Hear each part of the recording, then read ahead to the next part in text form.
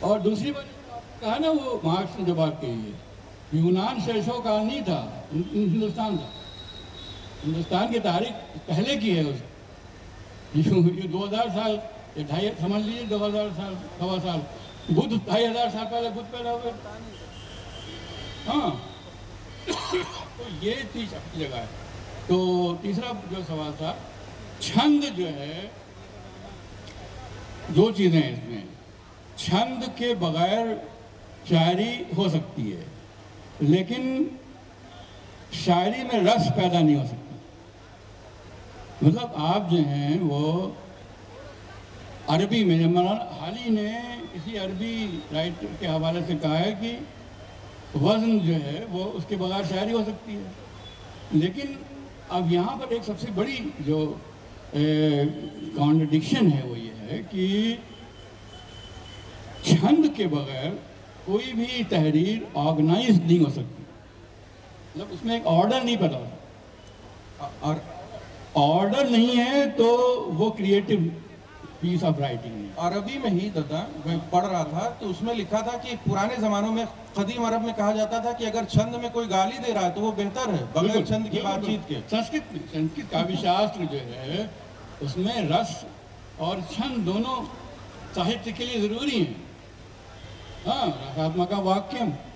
تو یہ چیزیں جو ہیں وہ، اور غزل کے لیے تو غزل آپ نثری غزل تو ہو نہیں سکتی. تو نظم کی شاعری جو ہے اس کے اندر ابھی ہوتا کیا ہے بھائی کہ یہ جو ساری خرابی پیدا ہوئی ہے وہ 19 سینچری کے لاسٹ سیکنڈ ہاف اور 20ویں صدی کے فرسٹ ہاف میں جو یہ تمام ڈرامیٹک تبدیلیاں ہوئی ہیں ویسٹ میں، خاص طور پہ فرانس میں. تو وہاں پر ایک نعرہ دیا گیا آزاد شاعری، ہر صاحبرے جو ہے آزاد شاعری.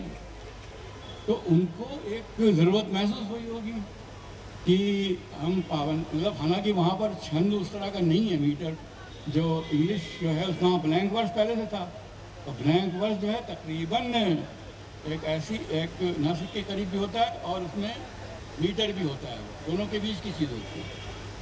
تو ان کی اپنی ایک تقاضے رہے ہوں گے. چھند کا جانا یا نہ جانا یہ صرف اس کا معاملہ نہیں ہے، یہ النکار شاستر کا، یا یہ ایک سائیکولوجیکل معاملہ بھی ہے. مطلب آپ کے تہذیبی مزاج کا معاملہ ہے، آپ کی سائیکولوجیکل اور ایگزسٹینشیل ریدم کا معاملہ ہے کہ آپ کا وجود کس بات پر ناچتا ہے، کیا بات، اس کا معاملہ ہے یہ. تو فرانس کا آدمی جو ہے وہ کس بات پر ناچتا ہے ہم کو نہیں معلوم، اس لیے کہ وہ ناچتا، مطلب وہ تو پتہ نہیں کن چیزوں پہ ناچتے ہیں. مطلب ہمارا جو کہنا ہے کہ انگریز، مطلب انگریزی شاعری، انگریزی یا فرانسیسی یا جرمن، ان کے یہاں مجھے نہیں معلوم کہ شعر کے اوپر سر دھننے کا کوئی معاملہ رہا کہ سر دھن رہا ہے. کہ جرمن کارل مارکس، حالانکہ کارل مارکس خود ہی شاعر سے شروع میں، تو وہ سر دھن رہے ہیں اور ناچنے لگے ہوں. ہمارے یہاں ہے، ہمارے یہاں سہردے جو قاری ہے، باذوق قاری جو ہے وہ تو ناچتا ہے. رسک جو ہے، رسکتا جو ہے، تو وہ ان کے یہاں وہ کیا انہوں نے کہ صاحب اب چھند نہیں چلے گا، آزاد شاعری ہوگی. ٹھیک ہے ہوگی، لیکن وہ جو موومنٹ تھا آزاد شاعری کا فرانس میں جو پیدا ہوا، جس میں منارمے تھے اور یہ جہاں سنی وغیرہ جو فکشن میں تھے، بادلیئر تھے، تو انہوں نے ساری جو، ہم اگر تھرڈ ورڈ کی بات کریں تو عربی میں ختم ہو گئی، مطلب بحر ختم ہو گئی. فارسی میں غزل کا نام و نشان ختم ہو گیا. تو یہ سب آزاد نظمیں کرنے شروع کر دیا انہوں نے. ہندوستان میں آ جائیے آپ، یہ جو موومنٹ تھا ماڈرن شاعری کا، کے سے شروع ہوا، اور یہ سب، اب وہ سب چھند ختم ہو گیا. مطلب برج اور اودھی اور میتھلی اور اس میں جتنی زبانیں تھیں، بنگالی، سب میں چھند میں شاعری ہو رہی تھی. آپ نے چھند ختم کر دیا، کیا حال ہوا شاعری کا؟ تو یہ جو ہے ہمارے مزاج سے میل نہیں کھاتا. چھند ہین شاعری جو ہے وہ ہمارے مزاج سے ہم تو سن لیں گے بھائی ٹھیک ہے، آپ ہمارے اچھے سے ہم بادشاہ سمجھتے ہیں ان کو، لیکن وہ جو طبیعت میں ہوتا ہے نا تشفی ہو جانا، وہ نہیں ہوتا اس کا۔ یہ مسئلہ ہے ہمارا کہ آپ پہ ایک چیز کو ٹرانسپلانٹ نہیں کر سکتے دوسری جگہ۔ ہاں یہ معاملہ۔ تو اب یہاں پر معاملہ جو آ رہا ہے وہ آج کی شاعری ہمارے نوجوانوں کا معاملہ۔ اب یہاں اپنی شرافت کے ساتھ یہاں اپنی بات ختم کر دیں گے کہ یہ جو پارٹیشن ہوا اس کے بعد اردو کے خلاف ایک ماحول بنا یو پی میں، بہار میں، اور یہ ہینگ اوور جو تھا پارٹیشن کا، اور جب یہ بات کہی گئی کہ عبدالحق جو ہے بابائے اردو کے خلاف پاکستان بنوانے میں اردو کا ہاتھ تھا، تو اب یہ جو ہمارے یو پی میں بہت سے جو اردو کے شاعر تھے انہوں نے چھوڑ دیا، مطلب اردو میں شعر کہنا چھوڑ دیا، اس لیے محفلیں ہوتی تھی ان میں، اس لیے کہ وہ ایک بہت شدید شوق تھا نا، تو وہ 20 سال تک 20-25 سال تک وہ سلسلہ چلتا ہے۔ لیکن بھائی ایسا ہے کہ زبان جو ہے وہ صرف لکھی ہوئی لفظ کے چہرہ نہیں ہوتی، شکل نہیں ہوتی، زبان آواز ہوتی ہے، بنیادی طور پہ زبان آواز ہے۔ اور اردو جو آپ کی ابجد ہے، اردو ورنمالا جو ہے، اس میں ہندوستان کی کسی بھی زبان کی ورنمالا سے زیادہ لفظ ہیں۔ مطلب ایک تو سنسکرت کی ورنمالا کے سارے لفظ ہیں، اور دوسرے 5-6 لفظ جو ہیں وہ فارسی والے ہیں۔ شے کی آواز، شے کے خیر سنسکرت میں ہے لیکن اس کا استعمال بہت کم لوگ کرتے ہیں، شاہ کو صحیح بولتے ہیں، لیکن غا، خا، قا، فا، یہ 4 آوازیں ایسی ہیں جن کے کمبینیشن سے اتنے حسین آوازوں کے مجموعے بنتے ہیں کہ آپ تصور نہیں کر سکتے۔ مطلب عشق، شین اور قاف سے جو ٹکراؤ پیدا ہو رہا ہے اس میں، اور ایک طرح کی یہ ہے نا کہ ایک صفاقی بھی ہے، ایک رحم دلانہ صفاقی کا بھاؤ اس میں، رے ہے میم، اس کے جو کمبینیشنز ہیں آوازوں کے، تو ان کی کشش جو ہے یہ نوجوانوں کو اس نے اپنی طرف کھینچا۔ یہ ایک بہت بڑی چیز ہے کہ زبان کی کشش لے کے آئی۔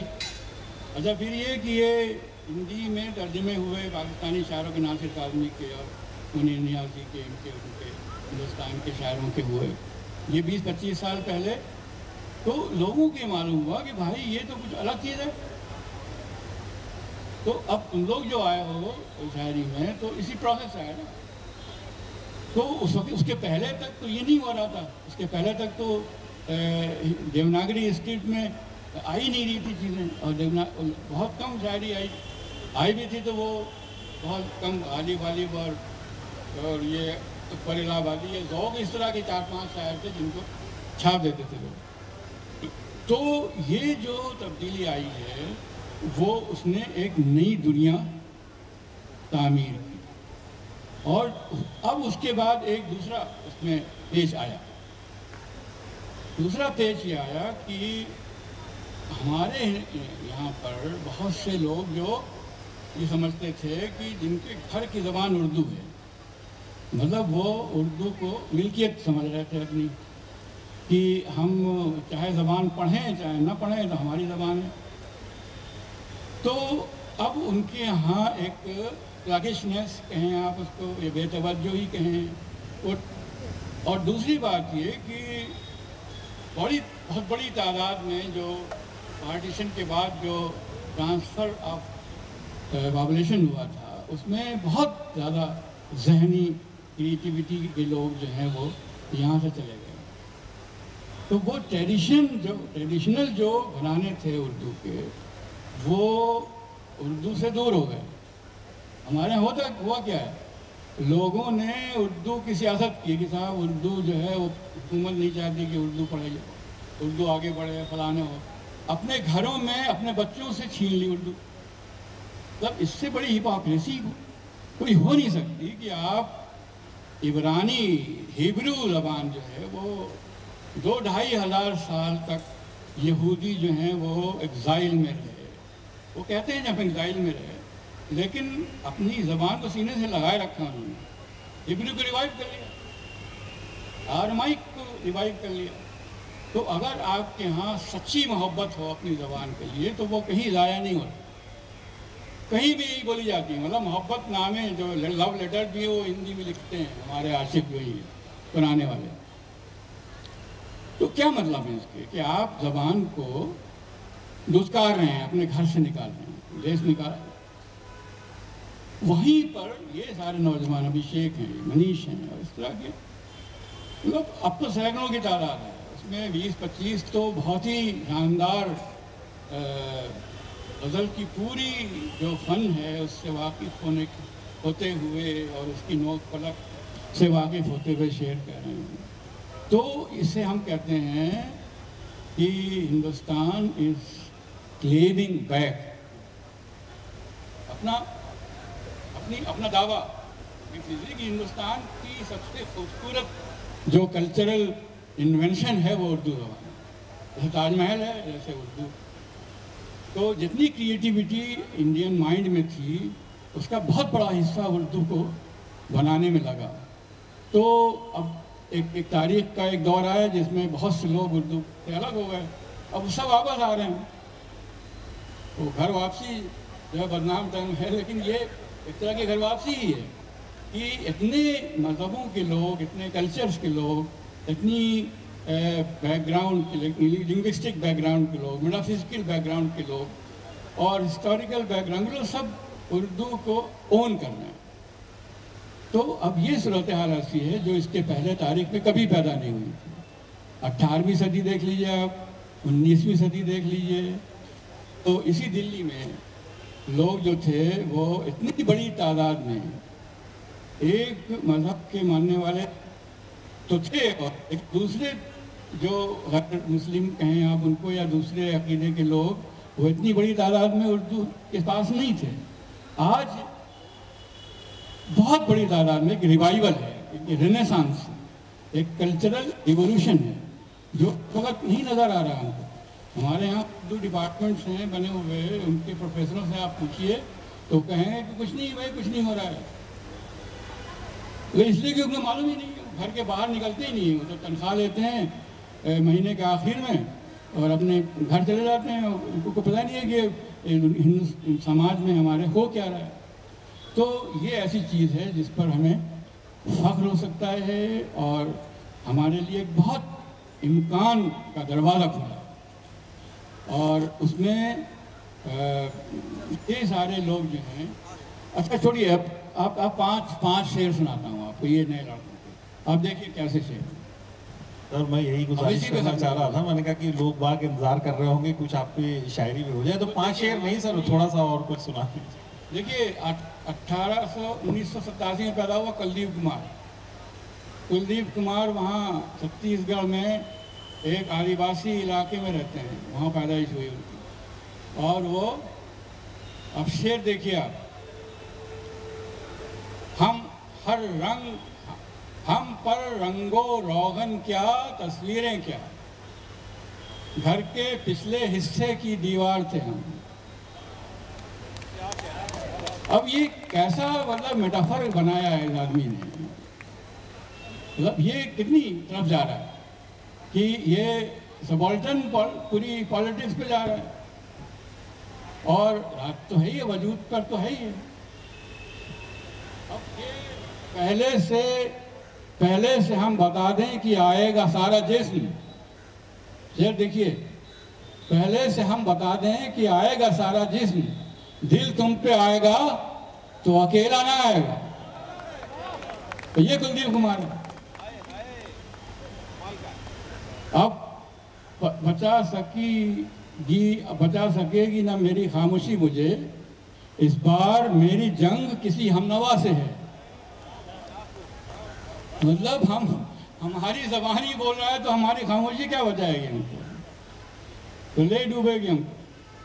اب دیکھیے پروان لفظ ہے, پروان چڑھانا. اب یہ استعمال کر رہا عشق پروان پہ ہے، مطلب اسے کہتے ہیں تصرف، کہ کسی کی زمین پہ قبضہ کر لینا. تو اس لفظ کے معنی کی زمین پہ اس نے قبضہ کر لیا. عشق پروان پہ ہے، آؤ بچھڑ کر دیکھیں. یہ تقاضا بھی ہے، دنیا بھی یہی چاہتی ہے. تو یہ کلدیپ کمار صاحب ہیں.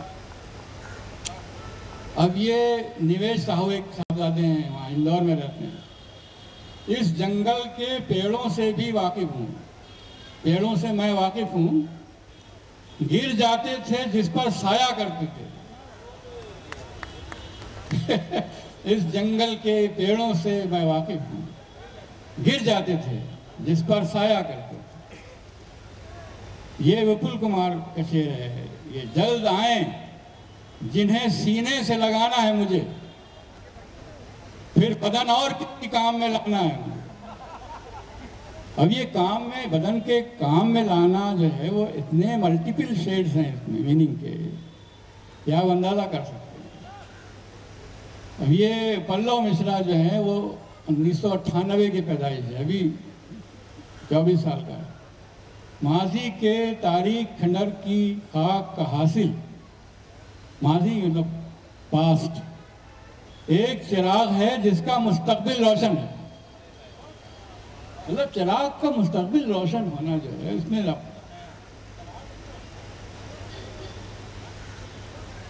اب یہ انکت گوتم جو ہیں وہ بہت اچھے ایکٹر ہیں اور شعر عجیب، مطلب یہ بڑے دیوانے آدمی ہیں بالکل.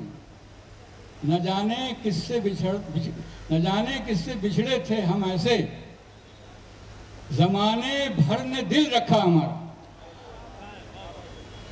مطلب ساری دنیا جو ہے ہمیں ڈھارس بنانے میں لگ گئی.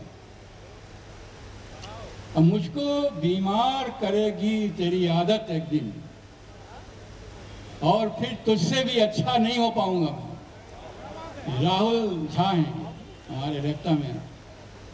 تو بھائی دیکھیے یہ ایسے شعر ہیں جو آپ پوری اردو شاعری کے 300 سال میں کسی بھی اچھے شعر کے مقابلے میں رکھ سکتے ہیں.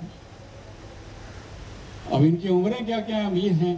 ابھی 22 وہ آکاش تیواری عرش، وہ ابھی ہم نے اس سے فون بات میں شعر بھیجے نہیں اس نے، 22 سال کا لڑکا ہے وہ. عرش ہے، آیوش چراغ ہیں. مطلب اتنے لوگ ہیں جو، اب مجھے حیرت اس بات پر ہے کہ یہ کیمیکل کوئی چینج آیا ہے ہمارے ذہنوں میں، ہماری روحوں میں، کوئی میٹا فزیکل کوئی ایک ہلچل پیدا ہوئی ہے جو مطلب غزل کی سارا جو میٹافر کریشن کا پورا پروسیس ہے وہ سب آپ استعمال کر رہے ہیں. اس کے باوجود کہ آپ اس روایت سے نہیں آئے ہیں. جب آپ کے گھر میں آپ نے بچپن میں آپ کے کانوں میں اردو لفظوں کی آوازیں نہیں پڑھی ہیں، تو یہ آسمان کر رہا ہے، زمین سے نکل رہا ہے، پتہ نہیں کیا. تو بہت بہت شکریہ آپ لوگوں کا، آپ نے سماعت کے لیے سر میری گزارش ہے کہ کم سے کم یہ غزل آپ ہمارے سامنے، اگر آپ لوگ چاہ رہے ہوں کہ فرز صاحب سے کچھ سن لیں تو موقع لے لیجیے. ہمارے حساب سے ہمارا سیشن ختم ہے. میں دھنیواد جاپت کر کے اگلے سیشن کے لیے جاؤں گا. اگر آپ لوگ چاہ رہے ہو ایک زوردار تالیاں کے ساتھ سر ایک کم سے کم ایک غزل. ہاں چلیے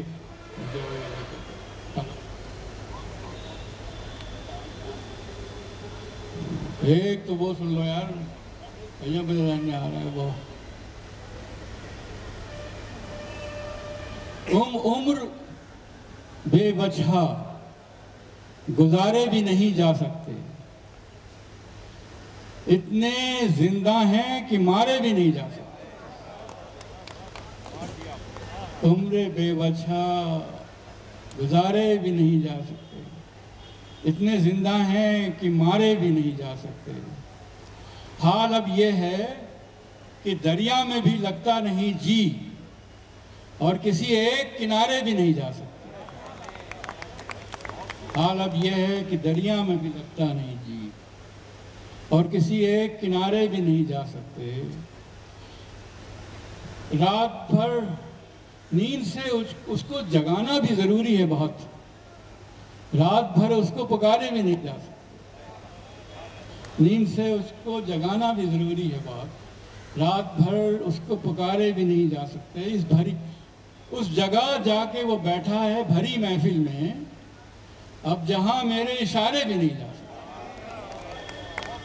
اس جگہ جا کے وہ بیٹھا ہے بھری محفل میں، اب جہاں میرے اشارے بھی نہیں جا سکتے،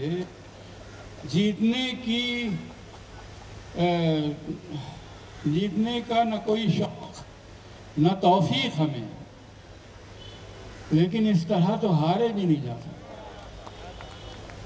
لیکن اس طرح تو ساری شکلوں سے پرے ہے وہ ہمارا محبوب، سو تصور کے سہارے بھی نہیں جا سکتے، ساری شکلوں سے پرے ہے وہ ہمارا محبوب، سو تصور کے سہارے بھی نہیں جا سکتے، فرت احساس تجھے منع ہے جانا اس تک، کیا تیرے خون کے دھارے بھی نہیں جا سکتے؟ بہت شکریہ۔